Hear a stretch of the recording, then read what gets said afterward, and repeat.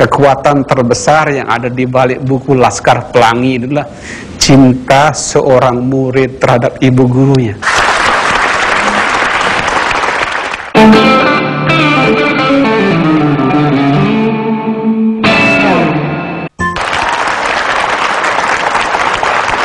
Ya, singkatnya Andrea Hiraka ingin menjelaskan atau mengungkapkan satu pengalaman hidupnya. Bagaimana dengan keterbatasan anak-anak atau mereka yang masuk dalam kelompok Laskar Pelangi tetap semangat untuk belajar. Nah, tim KKND mencoba main-main ke Belitung dan mencari mereka. Inilah kira-kira beberapa tokoh yang berhasil ditemukan. Kita lihat komentar mereka tentang sekolah dan pengalaman hidup mereka bersama Andrea Hiraka.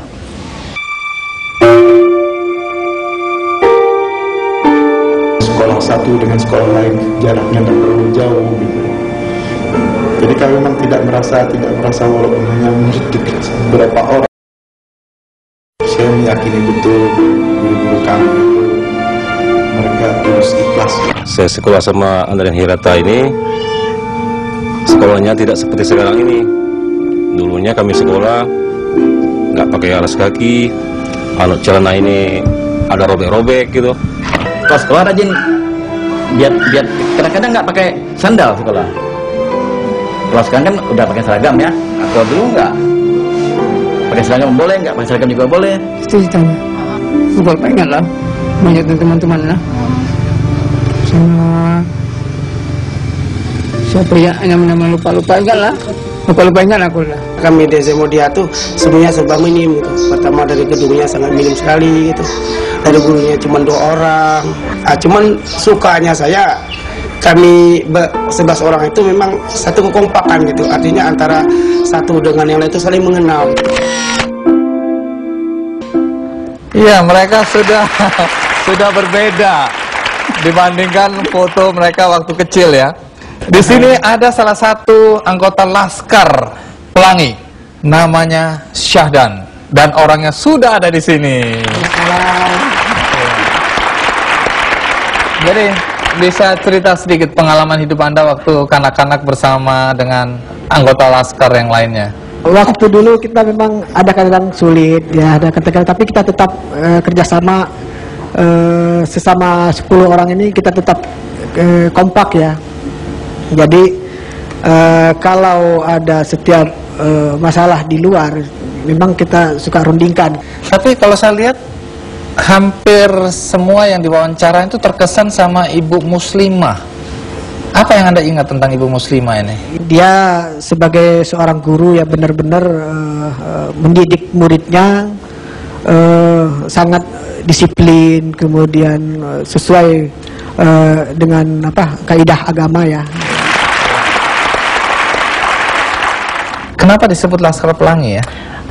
Ketika itu saya belum sadar ketika beliau memanggil kami Laskar Pelangi, maksud yang tersembunyi di balik panggilan itu. Tapi setelah saya dewasa sekarang saya mengerti, sebetulnya beliau itu mengobarkan semangat kami dengan kata Laskar itu ya, karena Laskar kan pejuang. Kembali ke tokoh Lintang, saya kutip ada surat dari Lintang ya, pada saat kematian ayahnya. Ya. Di sini Lintang waktu ayahnya meninggal mengirim surat untuk ibunya, bunyinya singkat aja ya. Saya kutip dari buku Anda ini. Ibunda guru, ayahku telah meninggal. Besok aku tidak akan ke sekolah. Salamku, Lintang. Dan sejak itu Lintang tidak bisa sekolah lagi. Kenapa? Ya karena Lintang adalah anak laki-laki tertua ya, dari sebuah keluarga, di mana segala sesuatunya itu ditumpukan kepada ayah. Dan ketika ayahnya meninggal, ya dia harus menanggung semua itu. Bung Gede Prama, bagaimana Anda melihat kisah dari Andrea ini dalam konteks menginspirasi orang? Buku Laskar Pelangi saya dengar dan saya jadi pendengar yang baik. Sebuah buku yang tidak diniatkan untuk diterbitkan, tidak diniatkan untuk mencari uang, tapi buku yang ditulis untuk cinta seorang guru yang namanya ibu muslimah, tidak terbayang dalam diri penulis kalau buku ini akan sehebat ini. Sehingga kekuatan terbesar yang ada di balik buku Laskar Pelangi adalah cinta seorang murid terhadap ibu gurunya.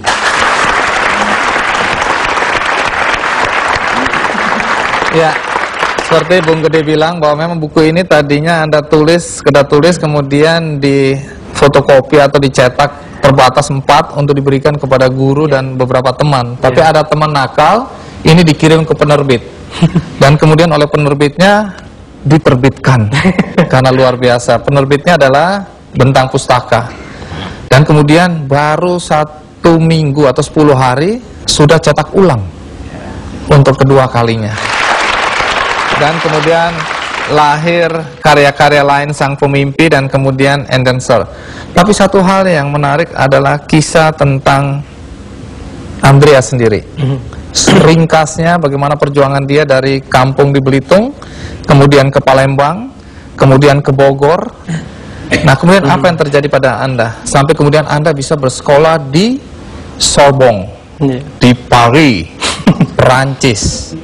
Sebuah perjalanan yang Anda bisa coba ringkas. Sebetulnya saya pikir keseluruhan hidup saya adalah balas dendam ya kepada kekecewaan pada nasib Lintang. Ya, jadi saya berusaha keras agar tidak menjadi Lintang kedua gitu. Dan itu pengalaman yang sangat traumatis karena saya 9 tahun sebangku dengan dia. Dan saya tahu betul kapasitas intelektualnya gitu. Jadi sejak SMA saya sudah bercita-cita saya ingin meneruskan apa yang diam-diam pernah dicita-citakan Lintang dan tidak tertulis di situ, yaitu dia ingin sekolah ke Perancis sebenarnya. Terus saya merantau dan saya cari beasiswa setengah mati, belajar sampai jungkir balik karena saya tidak sepintar Lintang. Dan saya mendapatkan beasiswa dari European Union untuk sekolah di Sorbonne. Dan bukan kebetulan kalau pada saat Andrea di SMA, seorang guru sastranya, guru bahasa ya, mengatakan, dan itu terngiang-ngiang terus terpatri di dalam hatinya, bahwa kalian nanti suatu hari harus berangkat dan sekolah di Sorbonne, di Prancis. Betul. Dan itu terpatri betul. Dan dia mengatakan bahwa nanti kalian juga harus keliling Eropa dan Afrika. Betul. Dan itu terjadi pada seorang Andrea.